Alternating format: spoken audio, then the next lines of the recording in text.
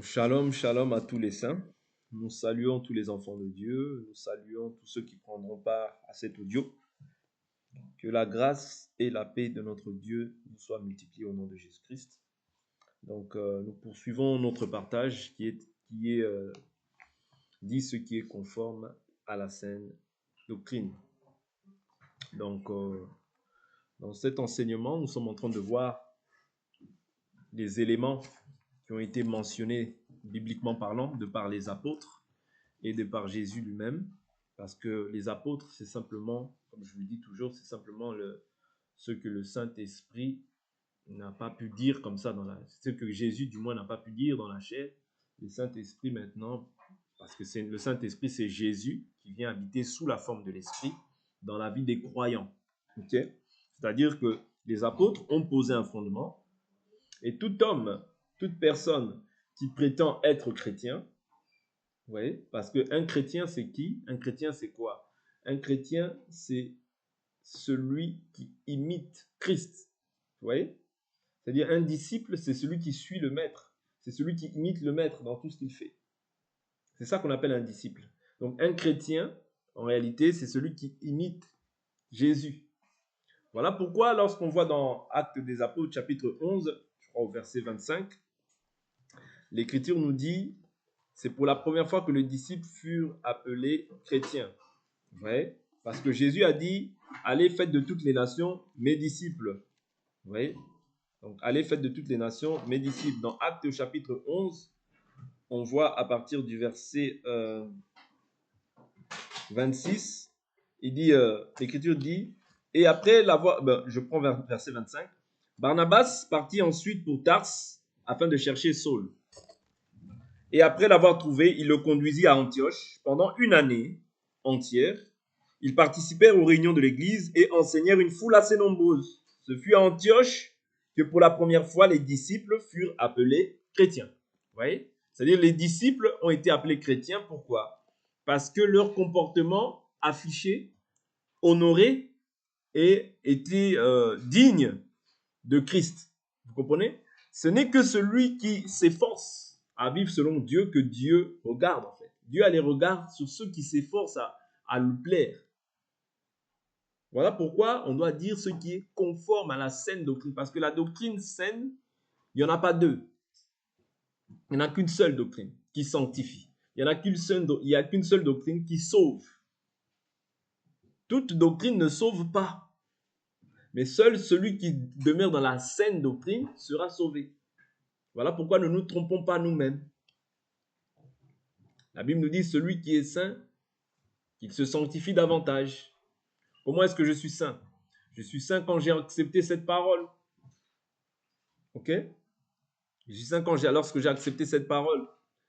Mais je demeure encore saint, c'est-à-dire je dois me sanctifier davantage, c'est-à-dire en écoutant, mais en pratiquant. Parce que souvent on est là à se borner à écouter. On écoute. Mais l'écoute, sachez aussi que c'est un jugement. Vous comprenez? Parce que la Bible nous dira qu'on demandera beaucoup à celui à qui on a beaucoup donné. C'est-à-dire quand tu écoutes, et que tu ne pratiques pas, c'est maintenant un jugement qui s'abat sur ta vie. C'est un jugement. C'est-à-dire devant Dieu, tu n'auras aucun prétexte. Voilà pourquoi nous devons réformer nos voix. La Bible nous dit, lorsque tu entends cette voix, n'endurcis pas ton cœur. Je me tiens à la porte de ton cœur, je frappe. Comment est-ce que Dieu frappe? Par cette parole que nous sommes en train de prêcher. Et ils vont dire, mais non, Dieu n'a jamais frappé à la porte de mon cœur. Si, Dieu t'interpelle par ma voix, afin que tu reviennes à ton bon sens, afin que tu reviennes aux fondamentaux de la parole, afin que tu reviennes pleinement à sa volonté. Vous comprenez? C'est ça l'amour de Dieu, la patience de Dieu. Voilà pourquoi la Bible dit Dieu use de patience, voulant que tous les hommes soient sauvés, qu'ils parviennent comment à la connaissance de la vérité. C'est-à-dire que Dieu use de patience.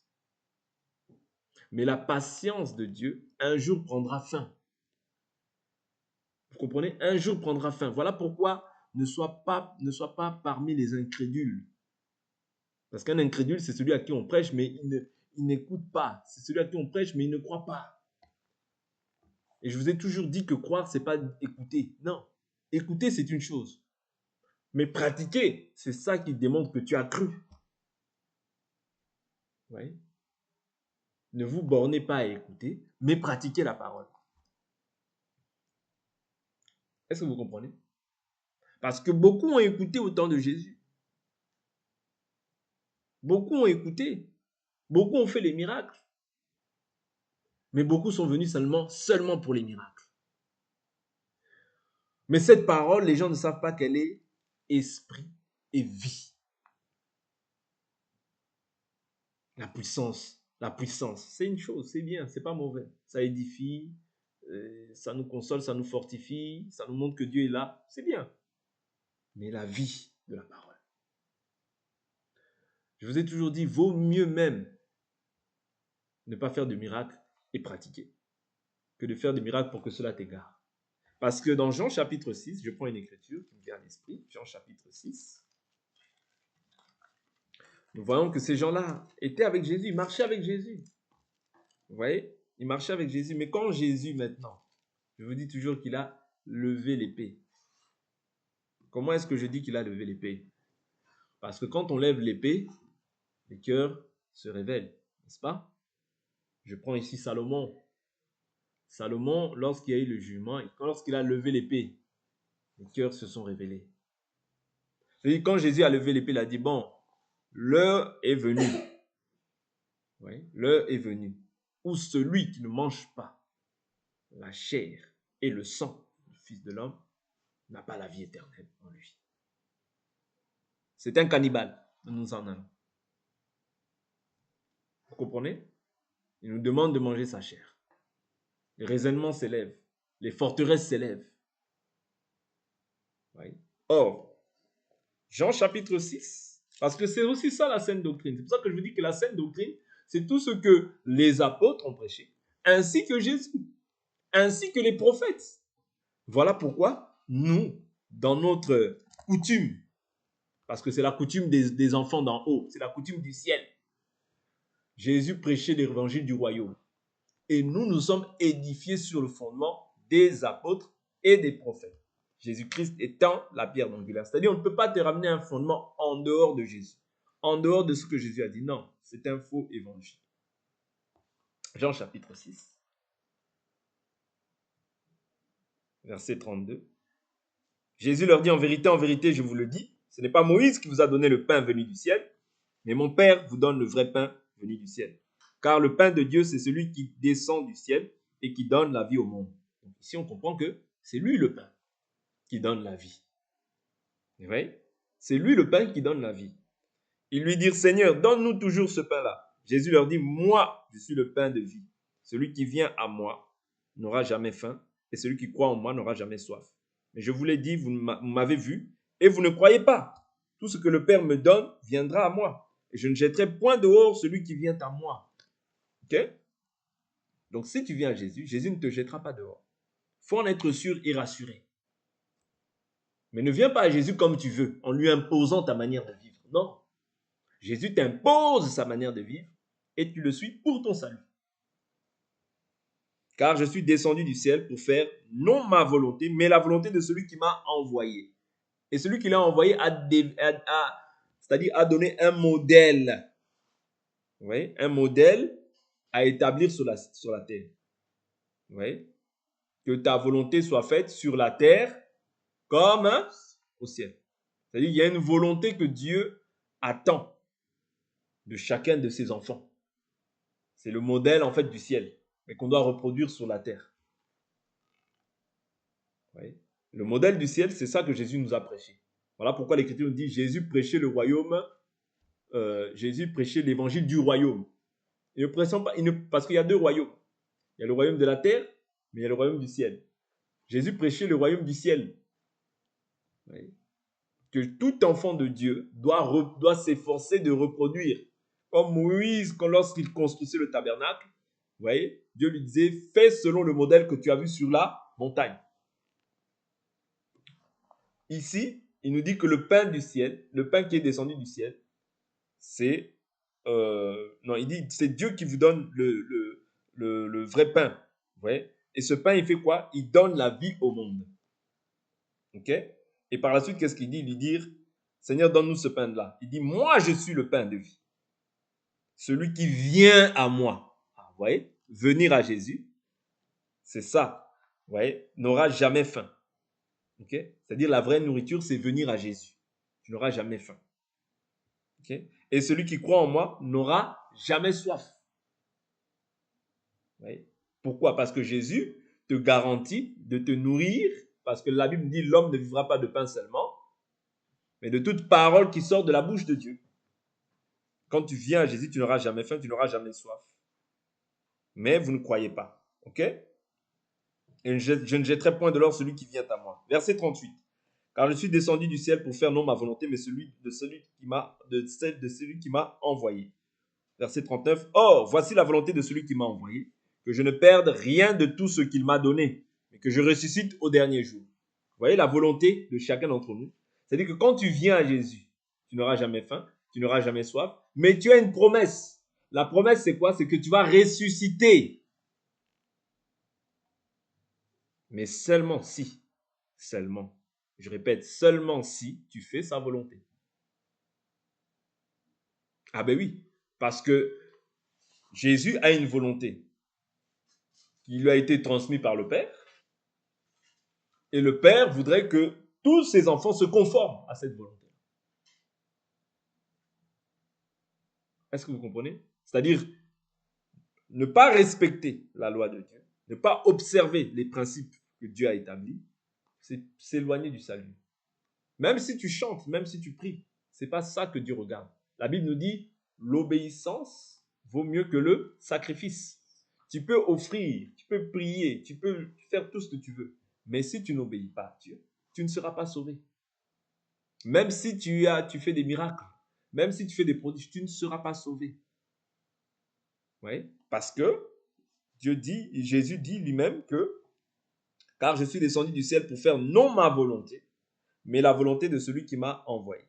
C'est-à-dire que tout enfant de Dieu a une volonté. Toute personne dans cette terre a une volonté. Mais maintenant, ta volonté, tu dois la soumettre à la volonté de Dieu pour voir Dieu, pour être ressuscité et pour être avec lui en ce jour-là.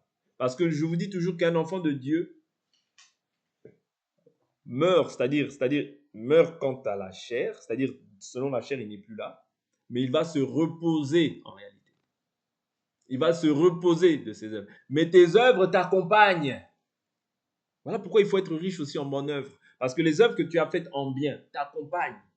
Et Jésus a dit, je m'en vais vous préparer une place, afin que là où je suis, que vous y soyez aussi. Ça veut dire que quand toi tu fais le bien, tu es en train de bâtir ta maison dans le ciel. C'est pas moi qui le dis, c'est l'Écriture. C'est ça que Paul dit, ainsi vous vous amasserez un beau et solide trésor dans le ciel. Vous voyez, c'est-à-dire, c'est ça que Jésus dit. N'amassez pas les trésors qui périssent, mais amassez des trésors dans le ciel. Quand tu es en train de pouvoir faire le bien, tu es en train de construire aussi quelque chose spirituellement. Quand tu fais le bien, quand tu fais le bien aux pauvres, par exemple, parce que les apôtres ont parlé de ça, Paul, n'oublie pas les pauvres. Quand tu fais du bien à un indigent, à un orphelin, à une veuve, tu fais du bien à Dieu. Tu prêtes à Dieu et Dieu ne garde la dette de personne. Vous comprenez? C'est les Écritures. Quand tu fais du bien, faites du bien aux pauvres, faites du bien aux indigents, faites du bien aux orphelins, aux veuves, parce que la religion pure selon Dieu, c'est de visiter les veuves, les orphelins, tous ceux qui sont dans les afflictions. C'est ça la religion pure devant Dieu. Ok? Donc c'est important. Donc ici, il dit que je ne perde aucun de ceux que je les ressuscite au dernier jour. Verset 40. Voici en effet la volonté de mon Père, que quiconque voit le Fils et croit en lui ait la vie éternelle. C'est-à-dire que tu as vu le Fils, mais il faut croire en lui pour avoir la vie éternelle. Et je le ressusciterai au dernier jour. Tu l'as vu, tu as cru. Okay? Tu l'as vu, tu as cru, tu auras la vie éternelle. Les Juifs murmuraient à son sujet parce qu'il avait dit, moi je suis le pain descendu du ciel. Ok? Il disait, celui-ci n'est-il pas Jésus, le fils de Joseph, dont nous connaissons dont nous connaissons le père et la mère? Comment donc dit-il, je suis descendu du ciel? Jésus leur répondit, ne murmurez pas entre vous. Nul ne peut venir à moi si le Père qui m'a envoyé ne l'attire, et je le ressusciterai comment? Au dernier jour. La raison pour laquelle il ne faut jamais perdre la raison de l'espérance que tu confesses. Quand tu es en train de banaliser l'espérance, c'est quand tu fais quoi? Quand tu vis d'une manière qui est contraire à la volonté de Dieu. Tu es en train de pouvoir négliger l'espérance. N'oublie jamais la raison pour laquelle tu as cru. Tu n'as pas cru pour quelqu'un, mais tu as cru pour que ce dernier jour-là, tu puisses être sauvé. Et tu ne sais pas pour toi quand est-ce que tu peux partir. Parce que même si, c'est-à-dire, tu ne connais ni le jour ni l'heure de la venue de Jésus, mais tu ne connais aussi ni le jour ni l'heure de ta mort. Voilà pourquoi il faut te conformer au siècle. Il ne faut pas te conformer au siècle présent, mais te conformer à la parole de Dieu. Afin que si la mort vienne, que tu sois dans le repos. Ou bien que si Jésus vient, que tu partes à l'enlèvement. Il faut toujours confesser cette espérance. Parce que c'est ça notre doctrine à nous. Le monde n'a pas d'espérance. Mais toi, tu as une espérance. Et tu as connu ce que Dieu veut de toi. Voilà pourquoi tu dois t'efforcer à pratiquer la parole pour ne pas être rejeté en ce jour-là. Ok? Nul ne peut venir à moi si le Père qui m'a envoyé ne l'attire et je le ressusciterai au dernier jour. Il est écrit dans les prophètes. Jésus repart dans les prophètes. Comme je vous ai dit, notre fondement, c'est les apôtres, les prophètes, Jésus-Christ étant la pierre de l'angle. Ils seront tous enseignés de Dieu. Quiconque a entendu le Père et reçu son enseignement, oui. Quiconque a entendu le Père et reçu son enseignement, vient à moi. Comment est-ce qu'on entend le Père? Par l'enseignement. Oui. Son enseignement, pas l'enseignement des hommes, son enseignement, l'enseignement qui vient du Père, il vient à lui. Mais il dit quoi? Ce n'est pas que personne n'ait vu le Père, sinon celui qui vient de Dieu, lui a vu le Père. En vérité, je vous le dis, celui qui croit a la vie éternelle. Quand tu crois, tu as la vie éternelle. Tu es passé de la mort à la vie. Il faut être conscient de ça, que quand je reçois Jésus, quand je crois, la Bible nous dit, Romains chapitre 10, verset 9, si tu confesses le Seigneur Jésus-Christ, si tu crois que Dieu l'a ressuscité d'entre les morts, tu seras sauvé. Bien sûr, là, il met ça au futur. Pourquoi? Parce que quand on dit tu seras sauvé, c'est-à-dire, tu peux croire, ok? Mais c'est celui qui persévérera jusqu'à la fin. Mais en réalité, quand tu crois, ok, tu es sauvé. Est-ce que tu comprends? Quand tu as cru, tu es sauvé. Mais maintenant, tout dépend de la conduite, de la marche que tu vas adopter jusqu'à la fin. Est-ce que tu vas te sanctifier davantage ou est-ce que tu vas régresser davantage? Voilà pourquoi l'Écriture nous dit, celui qui est juste, qu'il soit encore juste. Celui qui se souille, qu'il se souille davantage. Celui qui est saint, qu'il se sanctifie davantage. Car voici, je reviens bientôt. Ma rétribution, elle est avec les justes. Ce n'est pas le temps présent qui compte. Ce n'est pas le quand dira-t-on qui compte. Ce n'est pas ce que les gens disent de toi qui compte. C'est ce que Dieu dit de toi. Est-ce que Dieu approuve tes voies? C'est ça qui est important. Est-ce que Dieu approuve tes voies? Que les gens te haïssent, que les gens te maudissent, c'est un fait. Tout homme est menteur. Dieu seul est vrai. Et les hommes sont passagers. Mais toi, la vie que tu as reçue, c'est l'éternité. C'est l'éternité que tu reçois dans le temps. Voilà pourquoi ne blague pas avec ton éternité. Vivre contrairement à la volonté de Dieu, c'est éloigner de l'éternité. Je vous dis la vérité. Vivre d'une manière qui est contraire à la volonté de Dieu, faire ce que Dieu n'approuve pas, c'est éloigner de Dieu. Parce que la Bible est claire, Isaïe 59. Non, la main de l'Éternel n'est pas courte pour sauver. Vous voyez? La main de l'Éternel n'est pas courte pour sauver. Or, dans la main, comment Dieu sauve aujourd'hui? Il nous sauve par le biais du ministère aussi de la parole. Vous voyez? Parce que la main contient 5 doigts. Apôtre, pasteur, docteur, prophète, évangéliste. C'est-à-dire que par ce moyen-là, Dieu, voilà pourquoi Jésus dit, je remets mon esprit entre tes mains. C'est-à-dire quand il remet l'esprit entre tes mains, il le remet en fait entre les mains du ministère de... Bien sûr, tous nous avons le Saint-Esprit, mais le canal par lequel Dieu veut sauver aujourd'hui les membres, bien les saints de l'Église, c'est par le canal du ministère de la parole. Voilà pourquoi Dieu enseigne, voilà pourquoi Dieu dit tous seront enseignés de Dieu. C'est-à-dire que Dieu vient prendre ces personnes-là qui rend captifs. Voilà pourquoi la Bible nous dit dans Éphésiens chapitre 4 que nous avions lu, celui qui est monté, c'est le même qui est descendu, il a fait des captifs. Il a fait des dons aux hommes. Il a donné des exemples comme apôtre, pasteur, docteur, prophète, évangéliste, pour le perfectionnement. C'est-à-dire Dieu perfectionne l'Église par les canaux du ministère de la parole. Ouais. Afin qu'au travers d'eux, les gens puissent bénéficier du salut. Ne vous trompez pas comme les gens font là aujourd'hui. On ne reçoit pas le salut par une femme. C'est anti-biblique. On n'a pas une écriture. Oh non, c'est anti-biblique. On n'a pas vu cette écriture. Le salut, la Bible nous dit comment croiront-ils s'il n'y a pas des gens qui sont envoyés? Oui. Comment croiront-ils? C'est-à-dire pour croire, même lorsque, souvenez-vous, lorsqu'on voit Corneille, ouais, le Seigneur lui fait quoi? Le Seigneur lui dit, va, ok, va à telle rue, tu verras un homme, il lui présente, il dit Pierre, ouais, et Pierre vient, et lorsque Pierre vient, c'est alors que le salut maintenant est annoncé. Philippe avec l'eunuque éthiopien, Philippe le baptise, ouais, on n'a pas d'exemple d'une femme. Donc ne soyez pas séduits en pensant que Dieu va changer parce que les gens le veulent, parce que les gens sont bien, c'est-à-dire les gens parlent bien que la femme parle bien. Non, ça ne changera pas. Oui. Dieu nous sauve aujourd'hui par le moyen du ministère de la parole. Ok? Donc c'est très important. C'est très important de garder cette foi-là que tu as reçue.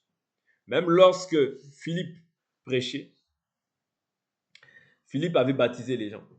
Mais Philippe n'était pas encore reconnu comme ministre de l'évangile. Et par la suite, il fut reconnu comme évangéliste. Vous voyez? Par la suite. Mais Philippe, bien qu'il encadrait les gens, bien qu'il a pu les baptiser, mais il a fallu que Pierre et Jean puissent descendre pour imposer les mains aux personnes qui étaient là, afin qu'ils reçoivent le Saint-Esprit. Vous comprenez? C'est-à-dire que Dieu, même si toi tu es appelé à une fonction, tu ne peux pas brûler les étapes. Ça veut dire l'étape ou bien le moyen par lequel Dieu peut te communiquer le Saint-Esprit, c'est par le ministère de la parole que Dieu a accordé à des hommes qu'il a choisis, à qui il a fait connaître sa volonté, afin qu'ils puissent être des canaux par le moyen duquel les gens puissent bénéficier et accéder au salut. Vous voyez? C'est très important. C'est très important de ne pas banaliser ces choses. Revenons dans Jean chapitre 6. Je suis au verset... j'étais au verset 47. En vérité, je vous le dis, celui qui croit à la vie éternelle. Donc quand tu crois, tu as la vie éternelle. Moi, je suis le pain de vie. Il ne dit pas tu auras, tu as la vie éternelle. Mais tout dépend maintenant comment tu marches. Moi, je suis le pain de vie. Vos pères ont mangé la manne dans le désert et ils sont morts. Okay? C'est ici le pain qui descend du ciel, afin que celui qui en mange ne meure pas. Moi, je suis le pain vivant, descendu du ciel. Okay? Donc là, Jésus affirme qu'il est descendu du ciel. Si quelqu'un mange de ce pain, il vivra éternellement. Et le pain que je donnerai, c'est ma chair, pour la vie du monde. Les Juifs se querellaient entre eux et disaient, comment celui-ci peut-il nous donner sa chair à manger? Vous voyez? Or, la chair, nous avions vu, c'est quoi? C'est venir à Jésus. C'est croire en Jésus. La chair et boire le sang. Parce que le sang, la vie de toute chair, c'est dans le sang. Vous voyez? Venir à Jésus, croire en Jésus et mettre aussi sa parole en pratique. Vous voyez? Mettre aussi sa parole en pratique. Ok? Donc quand tu crois, tu as la vie en toi. Il dit quoi? Jésus dit en vérité, je vous le dis, si vous ne mangez la chair du Fils de l'homme et si vous ne buvez son sang, vous n'avez pas la vie en vous. Ok? Tu ne peux pas t'arrêter à manger la chair. Tu dois boire le sang. Parce que le sang, c'est la vie. Oui? Et la vie de toute chair, c'est dans le sang. Okay? La vie, c'est de toute chair, c'est dans le sang. C'est-à-dire que quand ici, c'est un langage qu'il emploie, ok? Mais en réalité, qui veut simplement dire venir à Jésus et croire en Jésus. Et croire en soi, c'est pratiquer. Croire, c'est pas croire comme tout le monde dit, oh, je crois en Jésus. Oh, que Dieu vous bénisse. Ouais, même si tu vis d'une manière qui est désordonnée, mais que Dieu vous bénisse. Non, comment Dieu peut bénir? Non. Vous voyez? Aujourd'hui, Dieu, c'est devenu un slogan. Jésus est devenu un slogan, une marque de fabrique. Mais il ne faut pas qu'il en soit ainsi parmi nous. Parce que la Bible nous dit que le jugement commencera par la maison de Dieu. Parce que quand tu as Jésus à la bouche, attention, la parole, c'est une épée à double tranchant. Cette même parole te justifie quand tu fais la volonté de Dieu, mais cette même parole te condamne lorsque tu ne fais pas aussi la volonté de Dieu, comme il se doit. C'est une épée à double tranchant. Et voilà pourquoi la Bible dit qu'elle a la capacité de séparer moelle, jointure, âme, esprit. Elle est juge des sentiments et des pensées du cœur. Voilà pourquoi efforçons-nous de vivre cette parole. Mais lorsque tous entendent dire ça, qu'est-ce qu'ils dirent? Oui. Celui qui mange ma chair et boit mon sang demeure en moi et moi en lui. Waouh! Oui. Ils ont dû se dire, mais celui-là, il est vraiment dépassé. Oui. Comme le Père qui est vivant m'a envoyé et que je vis par le Père, ainsi celui qui me mange vivra par moi. C'est ici le pain descendu du ciel. Il n'est pas comme celui qui ont mangé vos pères, ils sont morts. Celui qui mange vivra, ce pain vivra éternellement. Oui. C'est ce que Jésus dit alors qu'il enseignait dans la synagogue à Capernaum. Après l'avoir entendu, plusieurs de ses disciples dirent, cette parole est dure, qui peut l'écouter? Ça, c'est la même chose qui se reproduit aujourd'hui. Ce qui était, c'est ce qui est, c'est que ce sera rien de nouveau sous le soleil. Lorsqu'on présente la parole est dure. Cette parole est dure. Qui peut l'écouter? C'est d'une autre forme, parce que là, même les Juifs, on peut dire qu'ils avaient peut-être même un peu raison, dans le sens où Moïse leur avait enseigné de ne pas manger la chair avec son sang. Vous comprenez? Donc eux, ils étaient en Moïse. Voilà pourquoi Moïse, pour certains, c'est-à-dire pour Moïse, pour certains, a été une pierre d'achoppement quand Christ s'est présenté quant à la chair pour pouvoir transmettre son enseignement. Mais ceux qui étaient de Dieu ont dit, nous savons que toi, tu as les paroles de la vie. C'est-à-dire parce qu'ils étaient de Dieu. Vous voyez? C'est pour ça que Jésus leur dit, ne vous ai-je pas dit que nul ne peut venir au Père si ce n'est le Père qui l'attire, nul ne peut venir à moi si ce n'est le Père qui l'attire, afin que je le ressuscite au dernier jour. Et Jésus réitère en fait la parole qu'il a dite. Parce que plusieurs en fait étaient achoppés par les paroles qu'il avait dites. C'est comme aujourd'hui, lorsqu'on prêche certaines choses, plusieurs sont achoppés, sont scandalisés.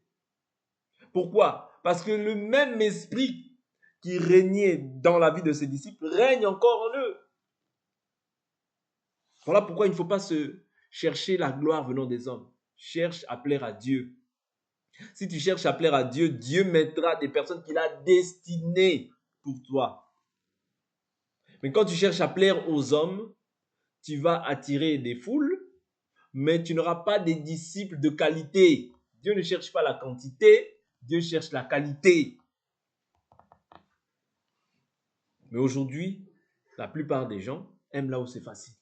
Aiment un évangile light, qu'on ne touche pas à ma vie, qui touche à tout, qui touche à la bénédiction, il n'y a pas de problème. Touche à ci, il n'y a pas de problème. Touche à telle chose, il n'y a pas de problème. La sanctification, on n'en veut pas.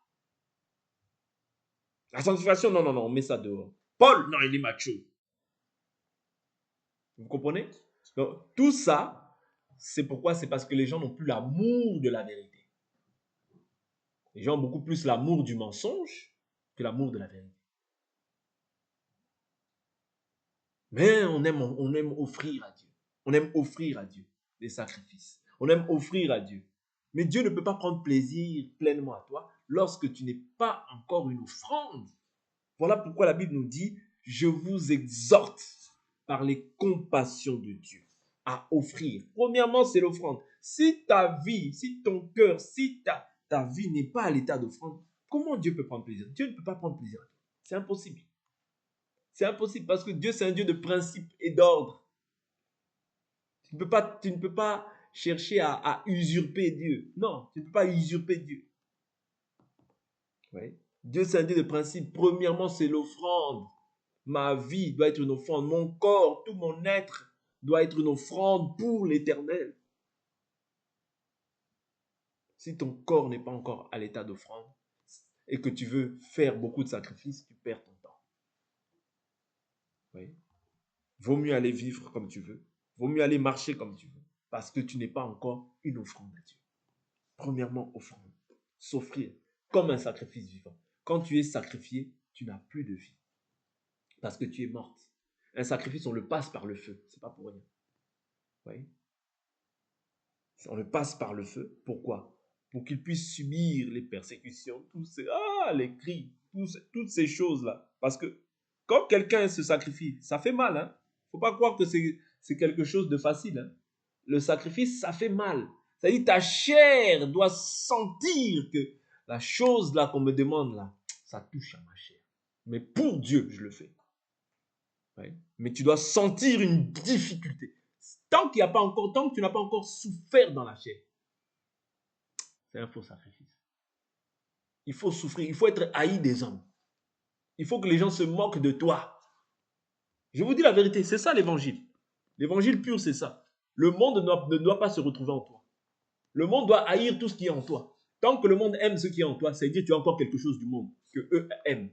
Parce que Jésus est clair. Hein? Jésus ne change pas. Prends une écriture. Jean chapitre 15. Jean chapitre 15, je prends le verset 18. Si le monde a de la haine pour vous,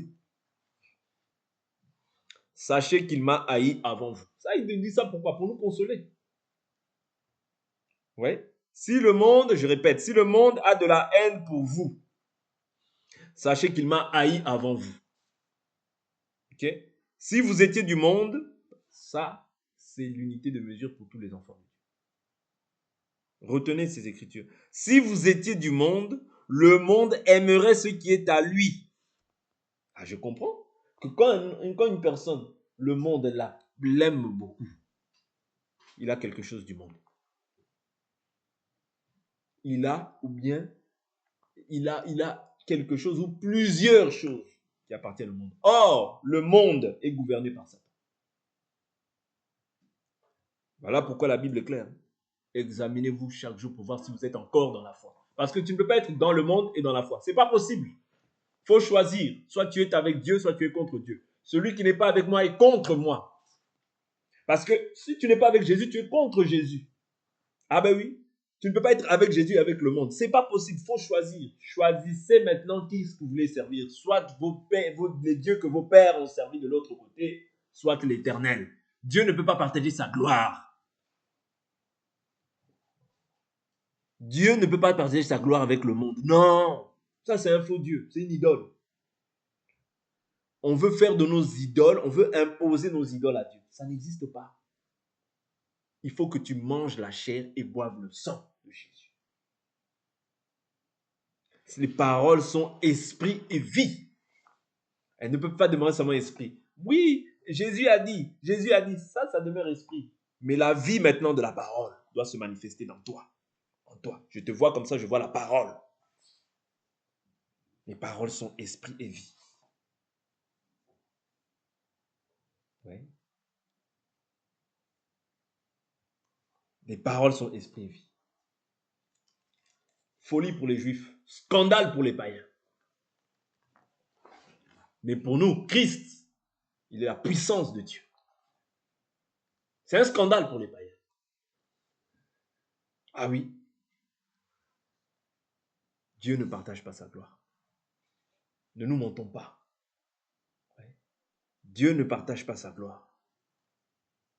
Et on n'usurpe pas Dieu, on ne ment pas à Dieu.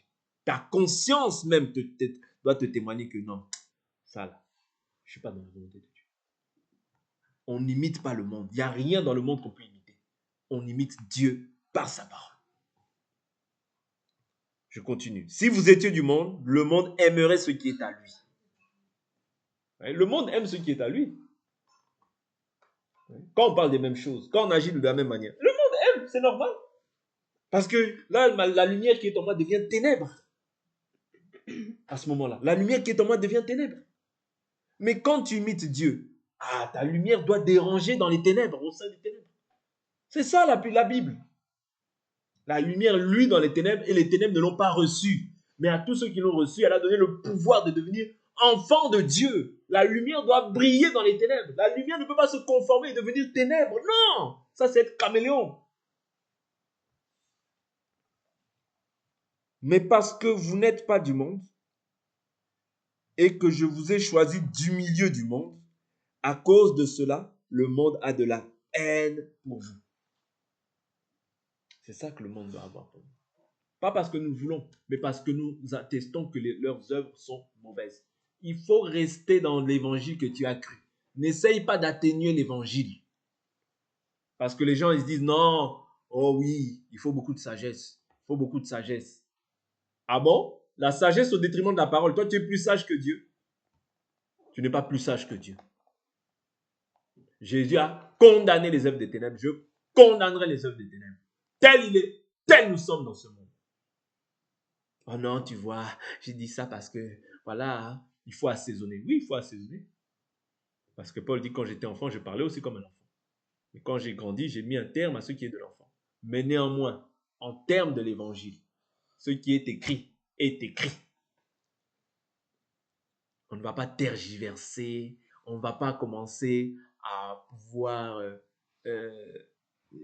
se plaire en fait dans des sujets de conversation qui souillent notre corps. Et je rigole et je me sens bien dans ça. Tu laisses une porte au diable.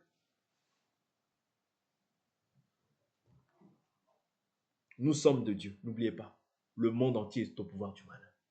Nous avons une doctrine qui nous empêche de pouvoir vivre comme tout le monde. Daniel à Babylone, il a dit, je ne mangerai pas les mets du roi.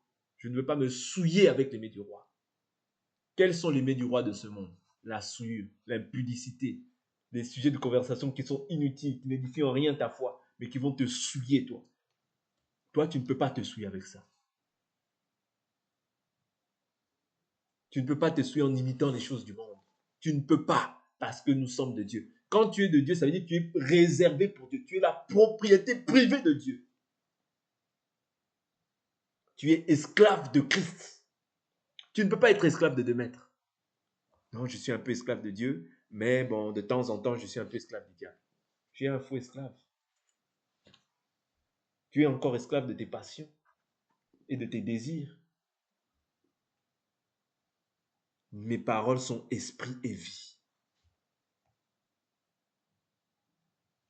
Il faut manger la chair, boire le sang. Il faut passer par le feu, être une offrande et un sacrifice. Le sacrifice passe par le feu. Il hurle, il crie. Pourquoi? Parce que c'est dur, mais c'est la vérité. Vous pensez que quand on met les agneaux, les animaux, les bœufs, on les fait passer, l'holocauste, on le brûle dans son entièreté. Vous croyez que c'est facile? L'animal crie. Okay?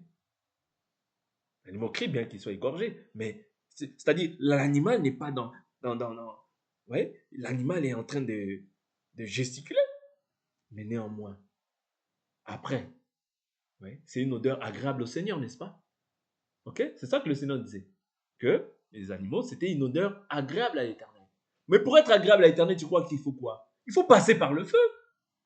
Il faut qu'on se moque de toi. Il faut que Dieu montre. Il faut que tu sois brisé en fait aux choses de ce monde. Sinon, comment est-ce que tu vas être agréable à Dieu? Tu ne peux pas. L'animal était agréable lorsqu'il passait par le feu. Ah oui. Ouais. C'était une odeur agréable au Seigneur. Mais quelle odeur tu dégages aujourd'hui?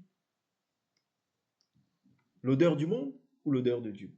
Choisissez qui vous voulez servir. Que Dieu nous bénisse. Que Dieu nous donne la force. L'Éternel nous donne sa parole, non pas comme un jeu, mais parce qu'il y a réellement un jugement à venir. Il y a réellement une résurrection qui est en jeu.